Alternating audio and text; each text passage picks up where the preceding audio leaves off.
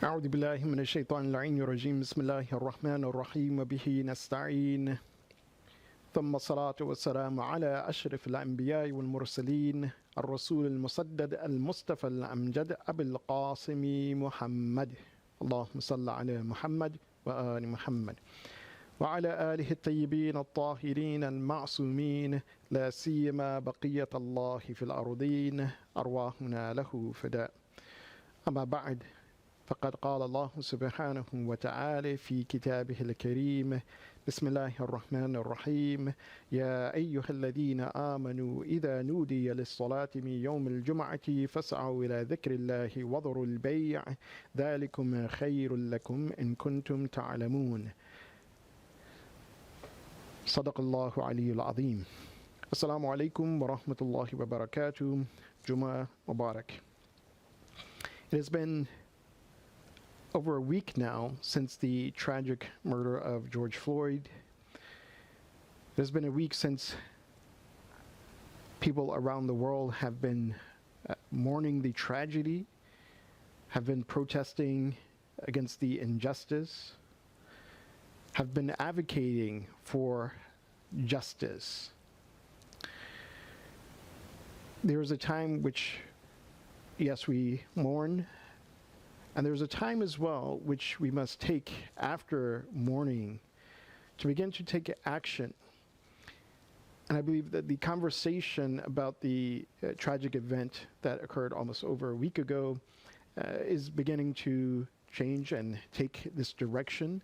So therefore we must think and contemplate about our role and our responsibility in advocating for justice, advocating for change, to change the situation of the world, starting locally, but changing the situation of the world for the better, so that we may truly understand that we are all human beings, so that we may truly understand, as Allah subhanahu wa ta'ala, He poses this idea and this question to us as well in the Quran, that as human beings we have the ability to rise above the ranks of the angels.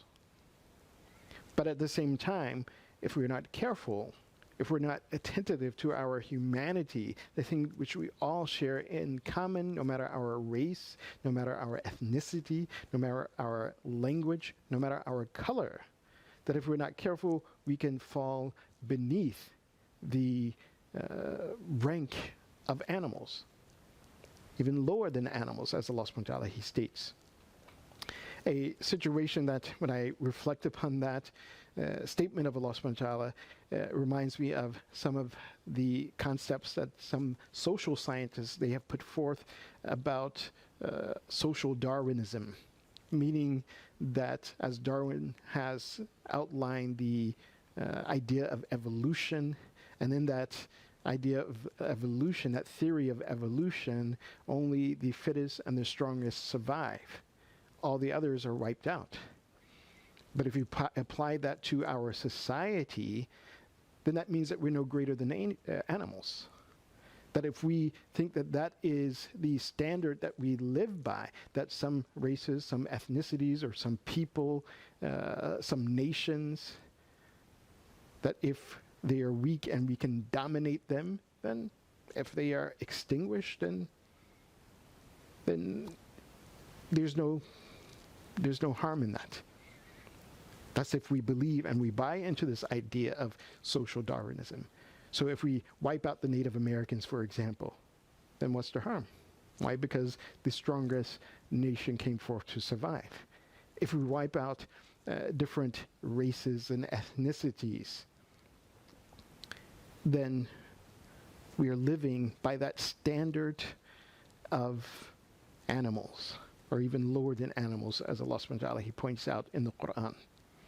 But as human beings, as a creation of Allah subhanahu wa ta'ala, who He has created us with a specific purpose, He has created us with, yes, free will and choice, that we should be rising above that level, that not buying into social Darwinism, that only the strongest race survives. But Allah subhanahu wa ta'ala, He points it out very clearly in Surah Hujurat that He has created us of different nations and different tribes so that we may come together to know one another. Even more pointedly, Allah subhanahu wa ta'ala, He explains in Surah Rum, He says that it is among the signs of Allah subhanahu wa ta'ala, from His ayat, that He has created you of different colors and different tongues, different languages. And what do we do with the signs of Allah subhanahu wa ta'ala? We look at those signs of Allah subhanahu wa ta'ala, those ayat, in order to comprehend Allah subhanahu wa ta'ala, in order to understand our Creator, to understand His greatness. Meaning that when we look at one another in our various colors, our various languages and nations and ethnicities, it is meant for us to look upon that and to see the greatness of the Creator. But when we don't do that, and we separate ourselves, we divide ourselves, or we think that one is better than another, then we have the atrocities that occur, like it did a week ago in the case of George Floyd. We have atrocities that happen around the world every day where one group is pitted against another group, one group is killing another group, because we have not truly understood our humanity as Allah subhanahu wa ta'ala, as our Creator, wanted us to understand our humanity. To come together to know one another, to take our differences as a sign of His greatness, and to realize that no one is greater in the eyes of Allah subhanahu wa ta'ala except for that individual who is more closer to Allah subhanahu wa ta'ala, who is more conscious of God. That inna akramakum indallahi atqakum, the one who is most conscious of God. And trust me, the individual who is most conscious of Allah subhanahu wa ta'ala, His Creator, that is the one who's actually more open to the differences. That individual who is more conscious of Allah subhanahu wa ta'ala, that is the person that looks upon all of these differences in our ethnicity, in our color, in our different languages, in our in different, you could say, in different nations or tribes we come from, and they appreciate it because they know that this is from their Creator, that Allah subhanahu wa ta'ala has created this. So we need to really focus on understanding this, and particularly as the nation, or actually the world, has realized that there's something gravely wrong with the way we interact with one another, and it needs to be corrected. So therefore we need to play our part. And how do we play that part? Allah subhanahu wa ta'ala in Surah Al-Ma'idah, verse 32, He gives us inspiration on how to deal with this situation that we're in. This situation that has awakened the world to a very particular human problem. Allah subhanahu wa ta'ala, He states in verse 32, He says, "Man qatala nafsan bighayri nafsin aw fasadin fil ard faka'annama qatala an-nasa jami'an." He says that whoever takes the life of another person, not because taking that life was the correct measure of punishment. To give you an example, that if there was someone who was creating mischief and corruption in the earth by being a serial killer, that this individual is a threat to society, a threat to humanity in itself, and therefore the correct punishment by law may be to exact capital punishment upon that individual, so that he is not, or she is not, taking the lives of other individuals, so that individual needs to be removed from society. So if taking a life is not based on this idea and concept, meaning taking that life is done in injustice, then it is as if they have killed the entirety of humanity. And this is the example that we have before us with George Floyd. In fact, this is an example that we have before us with all of the names that are mentioned in the mural that was painted beautiful for George Floyd. If you look at the circle around his head, it has Terrence Crutcher, has Tisha Mao, all of the individuals who have been wrongfully murdered. So when that life is taken in that manner, as we saw in the video with George Floyd, it is as if they've killed the entirety of humanity. And I believe this is why we see that not only were there protests in America, there was protests in Europe, even to my surprise, even in Greece, but all around the world. People were protesting. In the Middle East, people were protesting. Because taking a life in that fashion that it was taken, as Vance Jones, he kind of pointed out when he's analyzing the video, he says that the officer who was doing it really had no care. The expression on his face is that he did not care what he was doing, did not affect him. It was very nonchalant. So taking life, I mean, it's as if they killed the entirety of humanity. And for that, the world mourned. For that, the world was in tears and also heartbroken, disappointed that this is where humanity has fallen to. But after we have mourned, after we have cried, and in continuation of the idea of protesting and standing up for what is right, and standing against injustice and what is wrong, there's another step that needs to be taken. And Allah subhanahu wa ta'ala, again, He inspires us with that step and what we should do in verse 32 of Surah Ma'idah. So after He states that one who takes the life unjustly of another is as if he has killed humanity in its entirety, then Allah subhanahu wa ta'ala, He states, وَمَنْ أَحْيَاهَا فَكَأَنَّمَا أَحْيَا النَّاسَ جَمِيعًا. And so whosoever gives life to a person, whoever gives life to a people, whoever gives life to a nation, and we can generalize it in this sense as well, but if you give life to a person, then it is as if you have given life to humanity in its entirety. In the tafsir of Imam Hassan al-Askari alayhi salatu wasalam, with regards to this part of Surah Al-Ma'idah, he narrates a hadith that is attributed to Imam Hussein alayhi salatu wasalam, the master of the martyrs, Imam Hussein. Imam Hussein, he asks one of his companions, he says, what is more dear to you? What is more beloved by you? That if a person who wants to take the life of another person unjustly, that this person, the single person who was trying to take the life of the other person unjustly, that he becomes weak and unable to complete his task, meaning he becomes unable to actually take the life of his victim. That something happens, something stops him from taking the life of the victim. So are you more pleased with that? Are you more happy with that?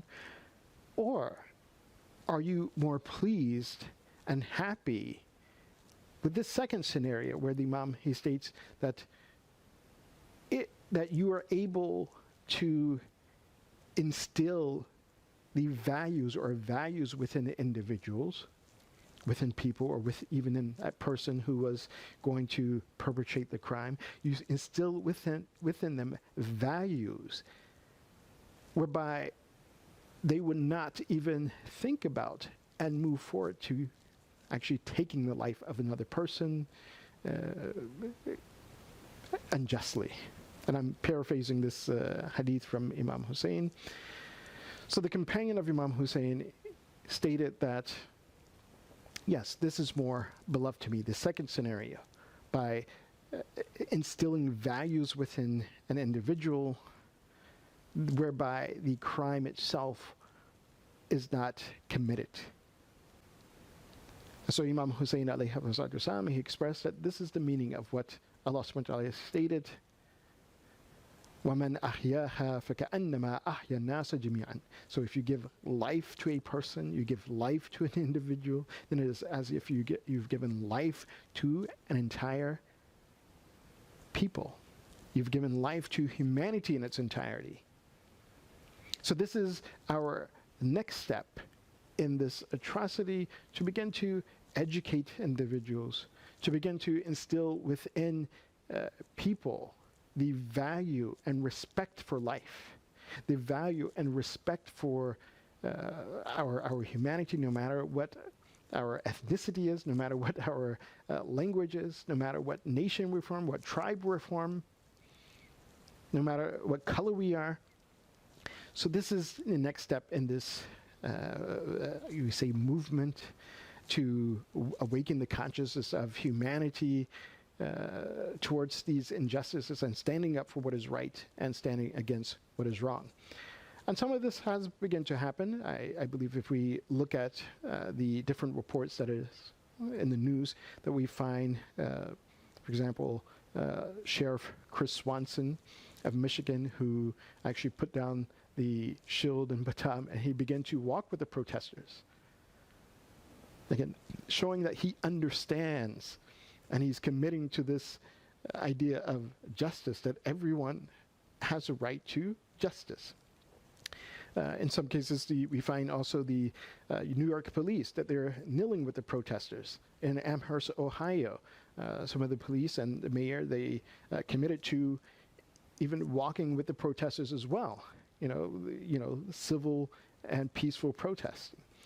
In South Texas, there were officers who were handing out pizza boxes, feeding the protesters, giving them help. In Santa Cruz, California, there were officers who were also taking a knee as well with the demonstrators. In North Dakota, we see some of the police officers actually helping the protesters hold up a sign. The sign stated, "One race, the human race." This is the next step. And this is just a small step in the right direction, but that type of understanding and consciousness of humanity needs to be widespread, locally, internationally, between countries, between people. And of course, we cannot forget the chief of police of Minnesota himself, that once he saw the atrocity that had been committed, the murder of George Floyd, he fired the officers, all of the officers that were involved. Of course, he said the conviction was not in his hands. It had a process that it had to go through. But nonetheless, even before the other officers were convicted, he spoke up. He stated that in his view, the other officers were complicit. Their silence showed that they were complicit to what was happening, because they did nothing to stop it. Although they knew that the technique that was being used was illegal in their own books, they did nothing to stop it, so they were just as guilty, according to the chief of police. So we need to take time to heal humanity, and that healing can come only when we continue to advocate for justice, and we continue to play our part and doing whatever we can to remove biasness and racism from, again, our local community, starting there, and then our city, our state, our nation, and then the world in its entirety. And it takes courage to do this. So I pray that Allah subhanahu wa ta'ala, He gives us success and He gives us courage to actually stand up against these injustices and these atrocities. And I pray that Allah subhanahu wa ta'ala, He hasten the reappearance of Imam Zaman, who we know that he will establish justice in this world as it has been filled with injustice. We ask Allah subhanahu wa ta'ala to make us among his helpers and his companions who strive in that same way to establish justice and root out injustice from this world. And we maybe sacrifice ourselves for the Imam. وآخر دعوانا الحمد لله والحمد لله رب العالمين. Inshallah, we pray for the hastened reappearance of Ramadan. Bismillahir Rahmanir Rahim. Allahumma kulli waliyaka al-Hujjat ibn al-Hasan salawatuka alayhi wa ala aba'i fi hadhihi as-sa'ati wa fi kulli sa'a waliyan wa hafidhan wa qa'idan wa nasira wa dalilan wa 'ayna hatta tuskinahu ardaka taw'a wa tumatta'ahu fiha tawila bi rahmatika ya arhamar rahimin. Inshallah, as we end this Jummah message, this Friday message, maybe take a moment of silence for George Floyd, also for all of the other victims who have been unjustly killed.